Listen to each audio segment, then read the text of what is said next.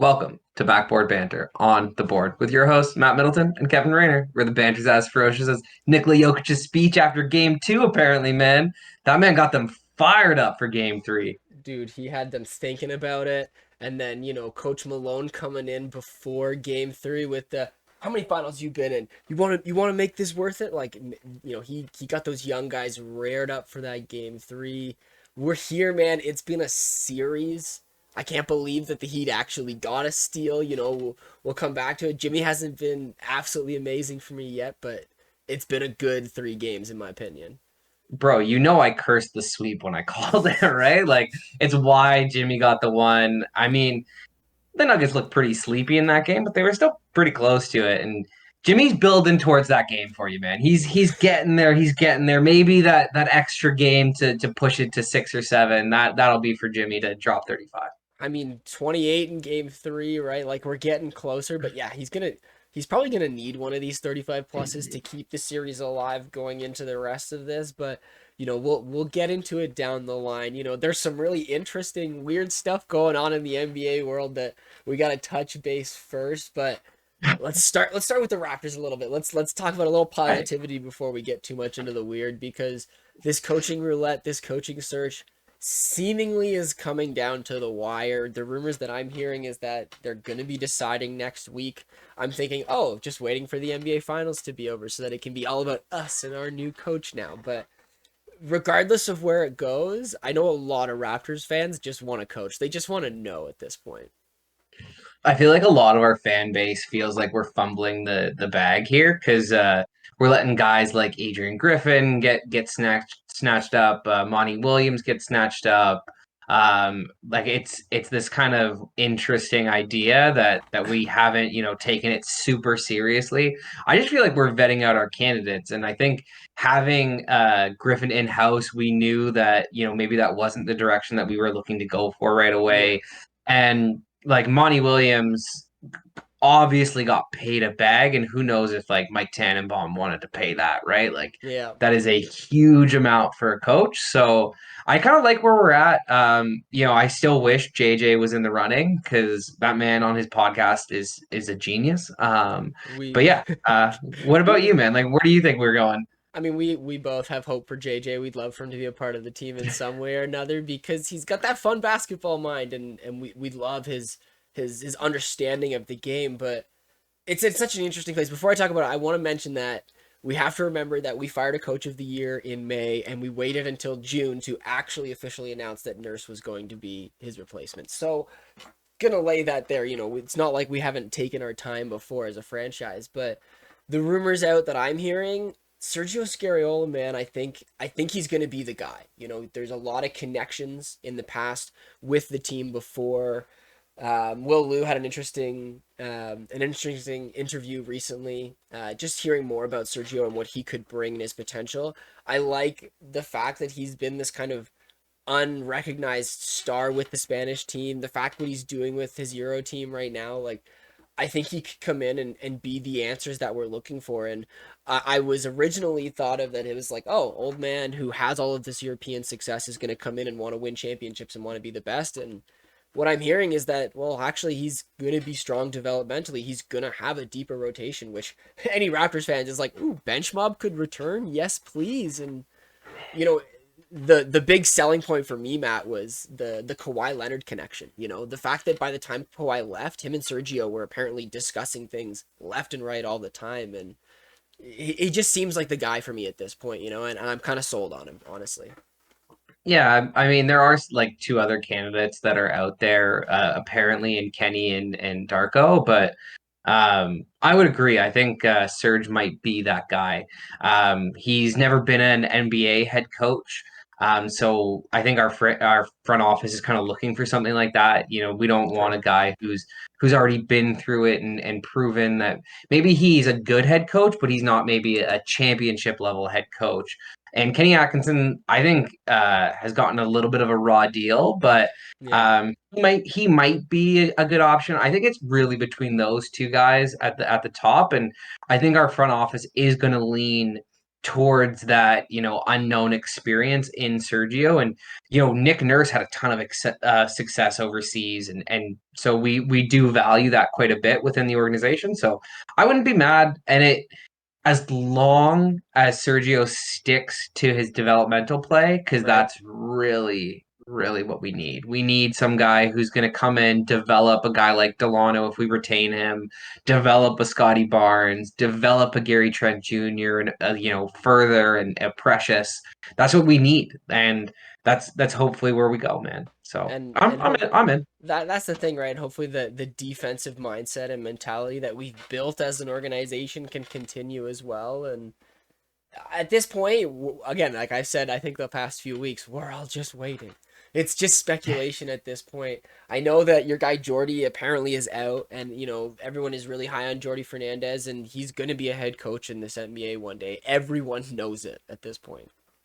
Yeah, I think everybody knows it, but he might just not fit what we're trying to do. I guess they didn't like one of his interviews or one of his answers. So hey, it happens, man. Sometimes you're just not the right man for the job. You don't fit exactly the mold that they're looking for. And you're right, though. He's definitely gonna find a job soon and become an NBA head coach for sure. It's only a matter of time, is what everyone is speculating at this point. And with the Raptors, that's how we hopefully are feeling. It's only a matter of time until they can come together and be that next step. And we're pretty much we're sitting here waiting for draft season now, because there's the pictures of Oh Scoot man. Henderson and the OG Raptors 3. There's all of the rumors left and right. Portland saying that Shaden Sharp is completely off the table. Like, I think the conversations are starting to get down to the wire. And like we mentioned in the past, it might just have to be that draft day trade if we're going to make a move at anything, because I think the front office is really sold on what they want, and they're willing to hopefully swing for the fences to make a big change. That's what we want over here. Absolutely, man. And I think, at the end of the day, everybody's, speculating that Brandon Miller is going to be that pick at number two. Yeah. Um, but if Scoot, if it's a smokescreen and they do go with Scoot Henderson, we can't make that trade. We can't give up Pascal Siakam for Brandon Miller or like Eamon Thomas or one of the brothers. Like, it's just it's not something that should be available to us. Yeah. And so unless Scoot is sitting there at three, I'm sure the particulars of the deal have already been worked out. Masai's done his due diligence. He kind of left a little teaser on one of his interviews recently where Yeah. he's like, it's the NBA. You never know what could happen. Keep your phone out. So I like that idea, and I think that they've scoped it out. They know what kind of assets they're willing to give up if Scoot is available, and they know what Portland's looking for. Again, we're both hoping that it is Siakam that they're hoping for, and to me, I think Siakam is the more win now ready star as opposed to OG. Yeah. But hey man, they might want that player that they can build around for a while. A guy that Shaden Sharp can compete with, and it's so funny that Shaden Sharp, over the last 10 games, had like this huge explosion of. Yeah, I think he was averaging over 20 points per game, but Yeah. for the season, for the first 7, he only averaged 7. So, I mean, could that be like the upward trajectory, or could it Right. just be like small sample size? And Who it knows? could it be the classic, situation that you're in, the Damian Lillard ball that is played in that franchise, right? And who's to say Dame doesn't get traded? Who's to say that Dame doesn't suddenly get a phone call from somebody? Because I mean, Kyrie's out here calling LeBron, being like, "Yo, come to Dallas, my guy, please." Like, anyone could call a phone call, and Dame could be like, maybe I do want to." Maybe somebody spites him, and he decides. Like, we don't really know what's gonna happen, and that's why we are very much the stand pat, the wait, let it come out. I'm going to be on an airplane when it comes to the draft, so knowing our luck, I'm not going to get to witness the trade. If that happens, hey, I'm okay with it. You know what I mean? Like, just Man, we're going to be interested to see the future at this point. I think you make more mistakes when you rush into things as opposed to letting it simmer and True. weighing your options. And yeah, you might miss, that cutting edge opportunity.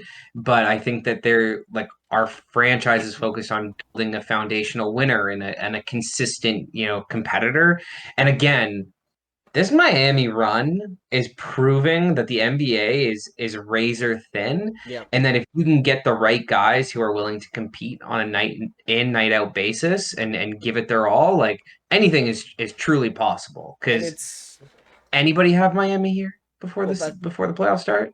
that's it, right? And but you also have to realize the culture, the fact that, yes, we're removed from the last time that, the Miami Heat fans got to see an NBA Finals, 2014, considering the bubble situation, right? But that Mhm. culture hasn't died. What Spoelstra and, what I guess Dwayne Wade, really, not LeBron, but Dwayne Wade built in that city is still alive. That culture still exists. And as you mentioned, with the right guys around the right type of Jimmy Butler player, you can kind of do anything in the right situations, right? And so, yeah, you have to be willing to set yourself up for success as a franchise. And as we've said multiple times, just don't be mid, please, guys. Like we don't Please want to don't be be mid. mid. We don't want to be there. I love how you credit Dwayne Wade with the Heat culture, and I would agree that it probably is Dwayne Wade. But don't tell that to Shaq, man. He was on a podcast with Gary Payton. And it's got to be him and Gary, man. They're the ones who set that culture from the onset. So really, I it's think, Pat Riley, but man. yeah, I was Let's gonna be say real. Pat Riley over here. This man's been in almost 25% of all NBA championships. He's been in three with the Lakers as a player. Yeah, He was in a bunch with them as a coach. He was in a bunch with Miami as a coach and an executive. Like this man, dude. he's great. I heard he's still the same weight right now as he was when he was playing on the Lakers back in the day. Like that man can still That's ball. impressive. Yeah. So like Pat He's Riley, dude. old. Yeah, that's so we gotta That's shout got out to be a Pat. lie, man. That guy's old. I read it, man. I don't know where it came from, but I swear. And I saw a video of him shooting hoops Bro, the he's other in week, winning man. time. Yeah, I know, man. As a Great washed series. up guy. Adrian Brody, man, absolute legend. Oh man. But no, man, the Heat are doing so well. Let's mention a few things before we get into this series because I feel like we have to talk about CP3 really quickly because the All right. reports are out that the Suns have said we'd like to move on from you, Chris. We'd like to find a better alternative. But at the same time, it's like that guy has 70 something $1 million of guaranteed contract, and can you really find a solution? Like, will they actually cut him? It's crazy. Man, they might have to cut him. That might be like the only option for them. And so like it's crazy to me that they'll let him walk because I still think that he has some good basketball left in him. Like Oh yeah, obviously it's not that nobody would pick him up. I think that there are multiple of teams that would pick him up. I mean, they'd have to be win now kind of championship caliber teams, and you can't go with like your Denver Nuggets yeah, or your like Miami Heat. Like, could you imagine replacing Kyle with CP3? I feel like they're at the same level at this point. But a interesting. team like LA or a team like Boston who needs that, not necessarily a scorer, but like a Hmm. floor general, a guy who puts you into that offense. Like he might fit for one of those teams to take them to the next level. I mean, I always think that CP3 could be the Kemba Walker that they wanted. Because poor Kemba, man, it's kind of insane how fast his career fell apart after leaving the Hornets. But Chris Paul could provide what Boston needs in a lot of ways. But at the same time, can you afford it? Is the value worth it, right? And the other hand was that LA situation of, yeah, man, LeBron would love another ball handler to do what he's doing, but it is really, can it happen? And obviously the Suns are looking to try to make a sign and trade happen, but like, can they find a good bait opponent who's gonna just eat onto that and be like, yeah, sure, we can be a fish that just gobbles onto that hook? Like, it's weird, Look, man. We don't know what's gonna happen.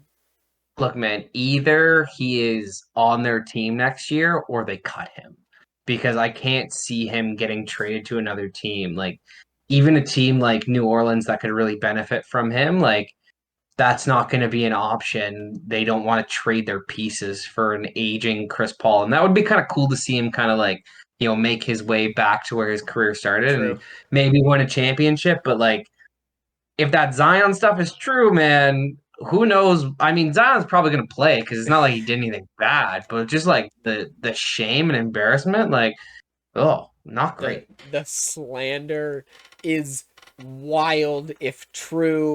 We won't get too much into it, but like Who Zion, my knows? guy, what are you doing if true, my friend? What are you doing? Ugh. Also, kids, like, real is better than fake. And Zion, that girl's fake. So, and she's proving it right now. Yeah. Apparently, he was gonna like pay for her to like live in New Orleans. Like, stuff's wild. But again, like, I could get write you a Snapchat message as Zion Williamson too. So who That's the cares? thing, man. We don't really know. Much like with how the John Morant camp is trying to say it was just a toy gun now. Like, at this point, Matt and I are in shambles because we were like, hey, look at these two great stars that are going to be amazing in this league. And both of them have decided to fumble the bag in completely weird and Bro. ridiculous ways. Like, it's not Our cool, curse man. got them, man. Our curse absolutely destroyed their careers. I'm sorry, New Orleans fans and Grizzly fans. Like that's on us. Look, the I'm sorry. one the one shining star that comes out of this is the fact that it has enabled our Canadian boy RJ Barrett to be the shining star out of this draft somehow. Nice Canadian kid somehow surviving the Mecca without doing any weird stupid things. Like, good work, RJ. Good work. Hey man, the Canadian basketball scene is exploding, and Yeah. it's even, in this finals, Jamal Murray, like, yeah, it's clear that Nikola Jokic is the best player, and everything kind of runs around Nikola Jokic.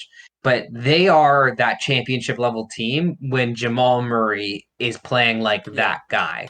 So I'm here for Canada basketball. I love where we're at. The Pacers got some Canadians. We got Lou Dort, we got Shea, we got RJ. Like we have a roster, man, and like we're gonna compete, and I love it because the international basketball scene is really taken over, and Yeah. coming at America pretty hard. Like Serbia and Canada, man, dominating the U.S. in this final. So gotta love it. It's beautiful to see. And how many times have we had, talking about a star, talking about Nikola Jokic, talking about LeBron James, talking about Michael Jordan, this, that, other.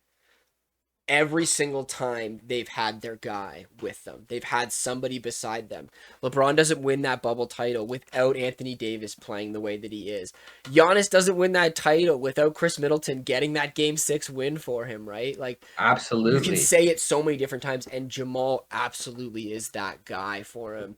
And it's so beautiful to watch because this duo understands each other so well. They play so well beside each other, and they've been growing for 7 years. I think it's been since Jamal was drafted. At this point, Malone has gotten to mold these two young, now not so young, but young. I think I'm older than both of them, so I can say young.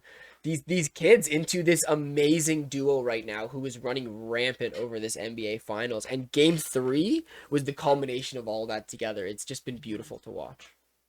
Dude, it's been absolutely fabulous. And like Jamal Murray, another player that Masai tried to target him and Shea. Yeah, Could you imagine if we'd gotten those guards? Like, whoa, our team would be good. But I love to see it. And it was so funny, like before the NBA finals, a lot of people who did pick the Heat, where they were mentioning, there's levels to this, there's steps to this. You have to, get to the finals and knock on the door before you win, and like that's not true. Michael Jordan is considered the greatest NBA player of all time because he went 6 for 6. He didn't right. lose once he got there, and I think that, like you mentioned, this team has been building towards it. They've had their steps. When they were puppies, when he was, a 26-year-old, up and coming star, Nikola Jokic, and Jamal Murray was what, like 23, 24. Like they made it all the way to the conference finals. And if it Yeah. weren't for LeBron and Anthony Davis, who were both, pretty close to their primes, LeBron obviously has the longest prime in NBA history. So you got to Endless. consider like 34, 35-year-old LeBron still Yeah. prime. um, like without that, like they go to that finals and they probably, give the Heat some trouble. So like that's their step, and they didn't have them for the last 2 years. And like the one run that they're back together since that bubble run, Yeah. they're gonna do it, man. Like to me, like we can talk about these games, but like game one was it was evident that they were the better team. It felt like they never got out of second gear. Like they were just like chilling. I mean, they were so outmatched in general. Like Miami Heat, they had their fourth quarter that they've had constantly throughout the playoffs, and they made it close. Like, you look at this box score, it's an 11-point game, and it was a little bit closer in the fourth points, but it wasn't an 11-point game through the first three quarters. Mike Malone said it best in his speech before game three. We've won, and not just won, dominated 6 of the 8 quarters in this game so far. And, in game three, yeah, Miami still probably played a little bit better in the fourth quarter because that's seemingly what they do. But man, in that first game, Denver just had it. Miami wasn't knocking down their shots. Just like you mentioned, you talked about them hitting the status quo, being that regular season team that they were, which is so interesting because, and then in game two, they came back and they were hitting those playoff shots again. Like, everyone jokes about how Miami lives and dies by the three. And while that is true, there is so many other points to their game. They have to attack the rim. Bam has to be, we'll talk about Bam in a bit because Bam has to keep doing the unreal bits that he's doing. But at the end of the day, Denver just is better. And unlike the Boston team that just fell apart at the seams, Denver's holding strong. They really are. Well, and like you mentioned, like they kind of live and die by the three, but they generated like 16 wide open looks in the first game and then they could knock them down. And then in the second game, 9 of their 16 makes were considered wide Right? open, 6 foot. And in game three, like it felt like Denver didn't really give those up. And so for Denver to, in the first 2 games, maybe throw out a B game and a C plus game, like their A game proved last night, like that's the gap. Yeah. That is, you can try as hard as you want, you can be as tough as you want, and you can, have guys make shots. I like the Heat have not shot worse than 30% in a single game this series from 3 point. The Yeah. Nuggets have done it twice and are up 2-1. They've won both games where they shot under 30% from three. I So mean, that's what it's about. if you take Michael Porter Jr.'s threes out, you might make some better percentages really quickly. But yeah, man, it's the fact of the matter is they're just better. And the reason why Miami is alive is because of Eric Spoelstra. Simply put, Eric Spoelstra won game two. He played some incredible coaching mechanics, and Malone couldn't get his guys to wake up. Malone was trying the right punches, but the classic blunder of winning game one in the fashion that you do makes you go, oh, sweet, we might be able to just call it in this series. Everyone's saying it's a sweep, and Spoelstra said, nah, I'm not letting this happen. He brought Kevin Love in for some fantastic minutes here and there, and it's why this series is 2-1 and not 3-0, because Miami decided in game two that they weren't going to say die, and they weren't just going to roll over. Where like everyone's talking about those undrafted players and like 100%, like there's so much respect to these young guys, your Duncan Robinsons, your Gabe Vincents, your Max Strus. But really, like I think the reason that Miami can get to this point is because they do have a guy like Kevin Love, who no, he doesn't need to play every single playoff game. You can bench him at the end of that Boston series because he's unplayable, and he's still going to be ready when you insert him. A guy like Right? Kyle Lowry, who has been up and down these playoffs, but when he's in, he makes the right plays. No, he's not as athletic as he used to be. No, he can't do the same things that he used to be able to do, but he can still. They're both great at getting the charge. Oh, They're yeah. both great at knowing when to shoot, when to pass, where they need to be defensively, and so that gives Spoelstra so many options. And like you mentioned, that guy is like an absolute genius when it Yeah. comes to basketball. Because after game one, I felt like the sweep was a lock, and even in game two, like they didn't start very well. They were down 11, but from the majority of that game, it felt like Denver was just going to walk away with it until the Yeah. fourth. And then he threw him that zone, and I didn't think the zone was going to work, man. Like last week, I talked about it. I thought that zone was going to get picked apart by Nikola Jokic at the top, just holding the ball above his head, Right? But no, Spol gave him that amoeba like zone, and it was brilliant, absolutely It's brilliant. it's been beautiful to see the X's and O's, to really watch the behind the scenes things, and then to think, okay, Denver, you've got to show up in game three to make up for this. And I thought that they would show up. I wasn't ready for the historic double, triple double that we got from the studs, right? Like you talked about it being an No. A tier game. Well, this was an S tier performance from the two stars of the Denver Nuggets. 30-point triple doubles from two players, one of them getting 21 rebounds. Like, I'm sorry, you go back 40, 50 years and you just show this stat line to be like, hey guys, this is going to be a game 3 of the NBA finals from two guys in the future. People are going to be like, I'm sorry, how good is the talent in the future? Because this was an incredible moment from these two guys. Bro, it's absolutely wild. Like the Denver Nuggets and Nikola Jokic are the first pair of teammates to do this. Nikola Jokic has three of these kinds of games in the playoffs in his career, a 30 point, 20 rebound triple double. There have only been two other in the history of Yeah. NBA playoffs, one done by Kareem Abdul-Jabbar and the other by Wilt Chamberlain back when you could, rebound Yeah. like crazy because, that's where the ball was. It was, Yeah. an in tight basket game. So there was way more rebounding opportunity. Nikola Jokic is doing things that we have never seen before.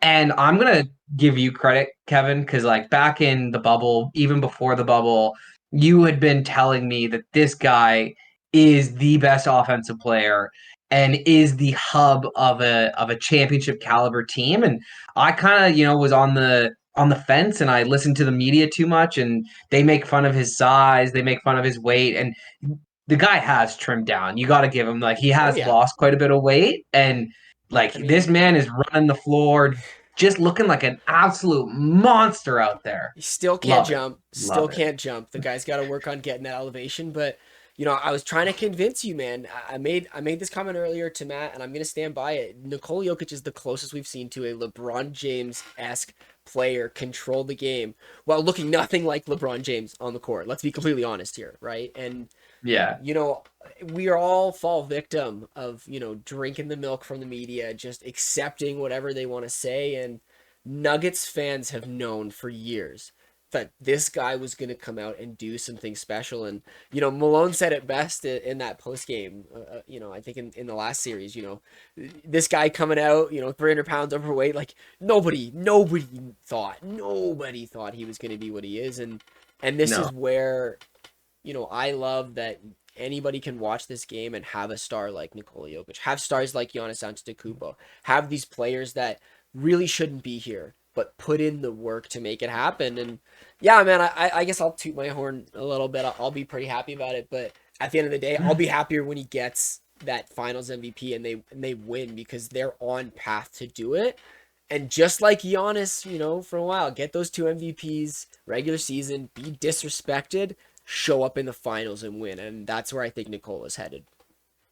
Man, I couldn't agree more with you at this point. And to have a running mate like Jamal Murray, like they just feel like an inevitable force. I think like the kind of crazy part here is that like Michael Porter Jr. hasn't played well at all in the last three games, and they're still up 2-1.